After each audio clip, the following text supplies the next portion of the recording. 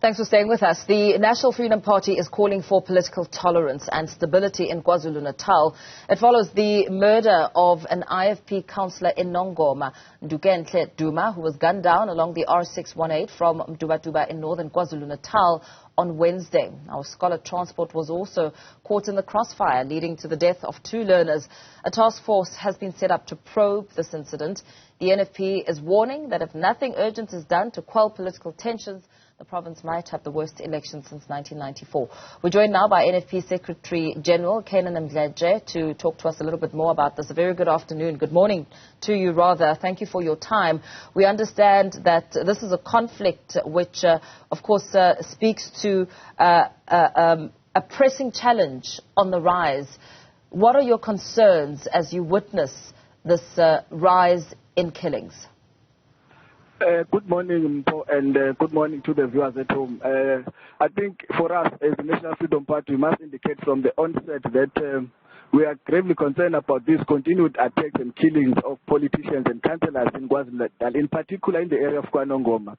You'll recall that since 2021, about 10 councillors have been killed in Nongoma alone. So this is a great number. It tells you then the gravity of the challenge that we are experiencing in the area of Nongoma. And if, as our statement clearly indicates, if nothing urgently is done to curb these killings, I can tell you now that the area of Nongoma is going to become a no-go area where none of the political parties are going to go and campaign freely in that area, and that is going to prevent the people of Nongoma from exercising their democratic right to associate themselves with any political party of their choice. It's a concerning situation, and it has been going on for quite some time, and it's worrying that it seems like the law enforcement agencies are battling to deal with this issue.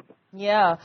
What do you think could be the source of the constant rise in killings? It's difficult to say, but the area of Nongoma and KwaZulu-Natal in general has got this history of violence. You'll recall that even before the liberation of South Africa, there have been killings taking place in KwaZulu-Natal, and our view is that something of sort of a tradition should have been conducted to ensure that we deal with this issue of political killings or killings in general, because before 1994 there were faction fights in KwaZulu-Natal. There are some areas where you know that mass killings are going to take place. People were fighting for over lousy things like an issue of people having perhaps a debate, and someone loses the debate in a hostel somewhere in Gauteng, and they come to KwaZulu-Natal in rural areas. They fight, and the fighting spreads to the entire village. It has been going on for quite some time, and that's why we're saying something drastic has to be done to curb these killings. And I think also the proliferation of unlicensed firearms in KwaZulu-Natal is a challenge.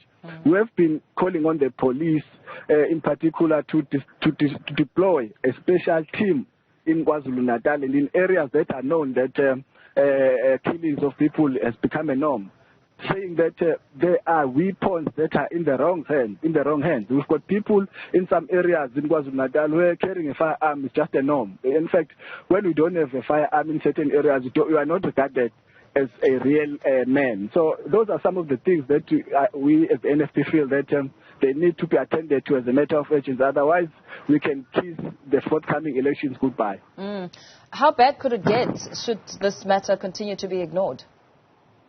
It is quite clear from the statistics that if nothing is done, definitely it is going to get worse, because as we are heading towards the elections, people are going to go out campaigning, and some people will obviously realize that in a particular area we might not have numbers to win the elections, and they are going to do anything and everything in their power to try and maneuver the situation in such a way that elections are not perceived to be free and fair. It might get out of hand, because if a councillor from a particular political party is killed and the suspects are some people from an opposition political party, definitely there's going to be a revenge, and it might escalate to the entire province. That's why we are saying law enforcement agencies need to come up. They need to work the ground. They need to be out there and try and make sure that they are not only bringing stability, but they seize these firearms that are in the wrong hands.